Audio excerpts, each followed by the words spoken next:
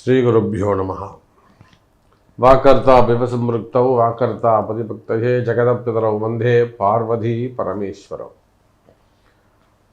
எல்லாம் வல்ல அம்மையப்பனாக விளங்கக்கூடிய மீனாட்சி அம்பிகா சமேத சுந்தரேஸ்வர பெருமானுடைய திருவடிகளை வணங்கி எல்லா உயிர்களும் எல்லாரும் நல்லா இருக்கட்டும். வாராகியின் நல்லாசிகள். உலகம் முழுவதும் வாழக்கூடிய நெக்ஸ்ட் ஜென் நேயர்கள் அனைவருக்கும் உங்கள் தாம்பரம் வாராகி ஈசனேசன் சுவாமியுடைய நல்லாசிகள், வாழ்த்துக்கள். ஜெய் வாராகி. இந்த பிறந்திருக்கக்கூடிய 2026 ஜாதக கர்மா, இந்த 26 ஜொலிக்க போகக்கூடிய ராசிகள், அப்படி இல்லைன்னா கர்ம வினைகளின்படி 6 வயசுலேருந்து 60 வயசு வரையிலும், அப்போது மாணவ செல்வங்களாக இருந்தாலும் உங்களுடைய வாழ்க்கை எப்படி இருக்க போகுது, ஒவ்வொருத்தருக்கும் இந்த 2026 உங்களுடைய வாழ்க்கை எப்படி இருக்க போகுது, என்னெல்லாம் வாழ்க்கையில் நடக்க போகுது. ஏன்னா வாழ்க்கைன்னு சொல்லிட்டாலே இந்த பூமியில் ஒரு உயிர் பிறக்குது அப்படின்னு சொன்னாலே அது கர்ம வினைகளை அனுபவிப்பதற்காக போன ஜென்மா அல்லது புனர்ஜென்மா ஜென்மாந்தரத்தில் அந்த உயிர் செய்த கர்ம வினைகளை அனுபவிக்கிறதுக்கு தான் இந்த பூமியில், அது புல் பூண்டு பூச்சியிலிருந்து சின்ன எறும்பாக இருந்தாலும் சரிதான், சிங்கமாக இருந்தாலும் யானையாக இருந்தாலும் ஆடு மாடுகளாக இருந்தாலும் மனிதர்களாக இருந்தாலும் தெய்வமே இருந்தாலும் இந்த பூமியில் பிறக்கிறாங்கன்னா அவங்க அந்த கர்ம வினையை அனுபவிக்க போகிறாங்கன்னு அர்த்தம். அப்போ மாதம் மாதம் இந்த ராசி நேயர்களே அந்த ராசி நேயர்களே அப்படின்னு சொல்கிறத விட இந்த வருஷத்தில் சின்ன குழந்தையிலிருந்து வயோதிக பருவம் வரை இந்த வருஷம் உங்களுக்கு என்ன நடக்க போகுது, எப்படி வாழ்க்கை எப்படி இருக்க போகுது, இந்த கர்ம வினை எப்படி வேலை செய்யும். அதுக்கு காரணம் 3 பெயர்ச்சிகள்: ராகு கேது பெயர்ச்சி, குரு பெயர்ச்சி, சனி பெயர்ச்சி. முன்னாடி வரக்கூடியது சனி பெயர்ச்சி, 2வது வரக்கூடியது குரு பெயர்ச்சி, 3வதாக கடைசியாக வரக்கூடியது தான் ராகு கேது பெயர்ச்சி. இந்த ராகு கேதுக்கள் தான் உங்களுடைய அல்லது நம்முடைய கர்ம வினைகளை சுட்டி காட்டக்கூடிய கிரகம். ஒரு ஜாதகத்தில் ராகு கேது எங்கே இருக்காங்களோ அந்த இடத்த வச்சு தான் அந்த பாபத்துவம் தீர்மானிக்கப்படுகிறது. இவன் போன ஜென்மாவில் ஒரு பொண்ணை கெடுத்துருக்கிறான், இவன் ஒரு பெண்ணை கொலை பண்ணி இருக்கிறான், இல்லைன்னா கிணத்துல முடிச்சு தள்ளி இருக்கிறான், இல்லைன்னா இவனே சூசைட் பண்ணிகிட்டு இருக்காப்புல, இல்லைன்னா ஒரு பெண்ணாக இருந்தாங்கன்னா 4 பேரை ஏமாத்திருக்கிறாங்க, நயவஞ்சகம் பண்ணியிருக்கிறாங்க, விஷத்தை வச்சு கொண்டு ஏதோ ஒரு பாவத்துவம் பண்ணியிருக்கிறாங்க. அப்போ இந்த ராகு கேதுக்களை வச்சு தான் ஜென்மாந்தரத்தில் இவர்கள் செய்த தவறுகள் என்ன மாதிரியான பாவம் செஞ்சாங்க, என்ன கர்மா இருக்குது அப்படின்னு சுட்டி காட்டக்கூடிய கிரகம் ராகு கேதுக்கள். அப்போது இந்த 2026 பொறுத்தவரையில் அனைத்து அன்பர்களுக்கும் வாழ்க்கை எனக்கு தெரிஞ்சு சிறப்பாகத்தான் இருக்க போகுது. கண்டிப்பாக பணங்காசு வருமானம் அதிகரிக்கக்கூடிய அற்புதமான வாய்ப்பு. எப்பையெல்லாம் இந்த சனியும் குருவும் சந்திச்சுக்கிறாங்களோ அப்பையெல்லாம் பார்த்தீங்கன்னாக்கா பண வருமானம் தன வருமானம் அதிகமானதாக இருக்கும். டாலருக்கு நிகரான மதிப்பு பொருளாதாரம் அதிகரிக்கும். இந்திய ரூபாயின் மதிப்பு அதிகரிக்கும். அதே சமயத்தில் கனிம வளங்கள், செங்கல், மணல், ஜல்லி, அத்தியாவசிய பொருட்கள், மளிகை பொருட்கள், உணவு தானியங்கள், இது எல்லாத்துடைய விலைவாசிகள் உயரும். அதே போல தான் கோல்டு மார்க்கெட், தங்கம், வெள்ளி விலை காணாத அளவுக்கு உயரப்போகுது. நீங்கள் நினச்சி பார்க்க முடியாத வகையில் வெள்ளியின் விலை உயரப்போகுது. தங்கம் எப்படி கிடுகிடு நம்ம திரும்பி பார்க்குறதுக்குள்ள 3 மடங்கு 4 மடங்கு உயர்வாக வந்துடுத்தோ, அதை போல் வெள்ளியின் விலையும் ஏறப்போகுது.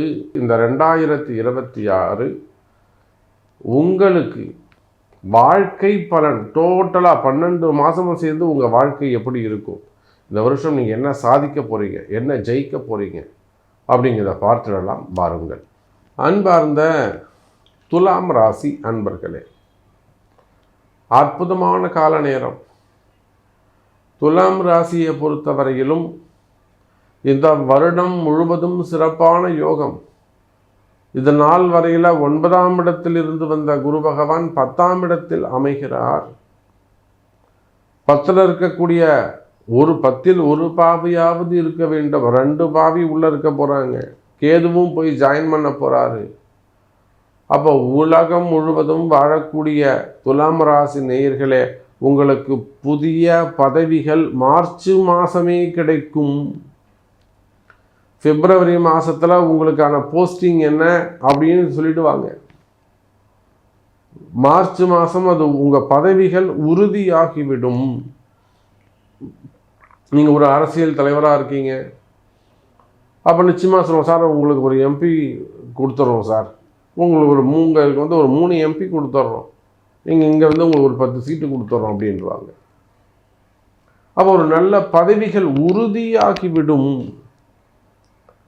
உங்கள் தலைமை பொறுப்புக்காக சில பேர் ஏங்கக்கூடிய காத்திருக்கக்கூடிய கால நேரங்கள். அப்போ துலாம் ராசி நேயர்களே, உங்களுடைய அருமை பெருமைகள் அறிந்து உங்களுக்காக, உங்களுடைய வரவுக்காக, உங்களுடைய பார்வைக்காக பிறர் காத்திருக்கக்கூடிய கால நேரம். இத்தனை நாள் நீங்கள் வெயிட் பண்ணிட்டு இருந்தீங்க, இனிமேல் உங்களுக்காக மற்றவர்கள் வெயிட் பண்ணுவாங்க. அப்போ என்ன அர்த்தங்க? ஜென்மாந்திரத்தில் செய்து வந்த பாவத்துவங்கள் எல்லாம் விலகி நன்மைகள் அதிகரிக்கக்கூடிய வருடம். அப்போ வாழ்க்கை இனி இந்த வருஷம் எப்படி இருக்கும் உங்களுக்கு? நீங்கள் ஆண்களாக இருந்தாலும் பெண்களாக இருந்தாலும் எந்த தொழில் செய்பவராக இருந்தாலும் சரிதான். ஆன்மீக துறையில் இருக்கக்கூடியவங்க, ஹெச்ஆர்என்ஸில் ஒர்க் பண்ணக்கூடியவங்க, கோவிலில் வேலை செய்யக்கூடியவங்க, திருப்பதி போன்ற இடங்களில் ஆஃபீஸர்ஸாக இருக்கக்கூடியவங்க, ஒரு ஹையர் கேட்டகரியில் இருக்கக்கூடியவங்க, டிடிடியில் ஒர்க் பண்ணக்கூடியவங்க, அல்லது ஆன்மீக பெரியோர்கள், சபை பெரியோர்கள், மடாதிபதிகள், அல்லது அரசியல் தலைவர்கள், சினிமா துறையை சார்ந்தவர்கள், மீடியா துறையை சார்ந்தவர்கள், சேட்டலைட் சேனலாக இருக்கலாம், பத்திரிகை அன்பர்களாக இருக்கலாம், டிவி சேனல்ஸாக இருக்கலாம், சினிமா துறையாக இருக்கலாம், கலைத்துறையாக இருக்கலாம், பொதுவாக கலைத்துறைகள். அப்போது நீங்கள் எந்த தொழில் செய்பவராக இருந்தாலும் சரிதான். துலாம் ராசி என்பது அரசியல் நண்பர்களாக இருக்கலாம், கனிம வளங்களாக இருக்கலாம், அல்லது டீச்சர்ஸ், ப்ரொஃபஸர்ஸ், அதாவது டீன்ஸ், டாக்டர்ஸ், ஹாஸ்பிட்டல்ஸ் வச்சு நடத்தக்கூடியவர்கள், எக்ஸ்போர்ட் இம்போர்ட் கம்பெனி, கார்மெண்ட்ஸ் வச்சு நடத்தக்கூடியவர்கள், பெரிய அளவில் ரியல் எஸ்டேட்ஸ் ப்ரமோட்டர்ஸ். அப்போ இந்த மாதிரி நீங்கள் எந்த தொழில் செய்பவராக இருந்தாலும் சரிதான், கவலை வேண்டாம் இழந்தருமை. துலாம் ராசி அன்பர்களே, இந்த வருடம் முழுவதும் உங்களுக்கு சிறப்பான காலம். 10ஆம் இடத்துல குரு அமைந்து சனியோடு தொடர்பு. இந்த சனி குரு தொடர்பு ஒரு மிகப்பெரிய கோடீஸ்வர யோகம். ஒரு கம்பெனிஸ் வச்சு நடத்தக்கூடியவங்களாக இருக்கலாம், ஒரு ஃபேக்ட்ரிஸ் வச்சு நடத்தக்கூடியவங்களாக இருக்கலாம், தொழில் நிறுவனங்கள் வச்சு நடத்தக்கூடியவங்களாக இருக்கலாம், ஸ்கூல் காலேஜஸ் வச்சு நடத்தக்கூடியவங்களாக இருக்கலாம். நல்ல இம்ப்ரூவ்மெண்ட் இருக்கும், ப்ராஃபிட் இன்க்ரீஸ் ஆகும், பிஸ்னஸ் நல்ல முறையில் இருக்கும், ரொட்டேஷன்ஸ் நல்ல முறையில் இருக்கும். அல்லது நீங்கள் அதாவது உங்களுக்கு வந்திருக்கக்கூடிய கஷ்ட நஷ்டங்கள் உங்களுடைய எதிரிகளால் வந்தது. கால நேரங்களாக இருக்கலாம், மனிதர்களாக இருக்கலாம், கிரகங்களாக இருக்கலாம். உங்கள் எதிரிகள் யாராக இருக்கலாம்? பிளானட்ஸாக இருக்கலாம், டைமாக இருக்கலாம், அல்லது ரிலேஷன்ஷிப்பாக இருக்கலாம். அப்போ இது 3மே சேஞ்ச் ஆகக்கூடிய எதிர்காலம் சிறப்பானதாக இருக்கும். மெயினாக இடதோஷங்கள், பூமி தோஷங்கள், வாஸ்து தோஷங்கள், மெயினாக இடதோஷங்கள், பூமி தோஷம்தான் அதிகமாக இருந்திருக்கும். அந்த பூமி தான் உங்களை பிடிச்சி உங்களை பிடிச்சி மேலே வர விடாமல் இழுத்துக்கிட்டே இருக்கும். ஒரு இம்ப்ரூவ்மெண்ட் இல்லாமல் இருக்கும். நிறைய கஷ்டப்படுவீங்க, ராத்திரி பகலாக உழைப்பீங்க, பட் இம்ப்ரூவ்மெண்ட் இருக்காது. இதெல்லாம் இடதோஷத்தை குறிக்கும், பூமி தோஷத்தை குறிக்கும். அப்போ இந்த மாதிரியான கஷ்ட நஷ்டங்கள், தொழில் கஷ்டங்கள், மெயினாக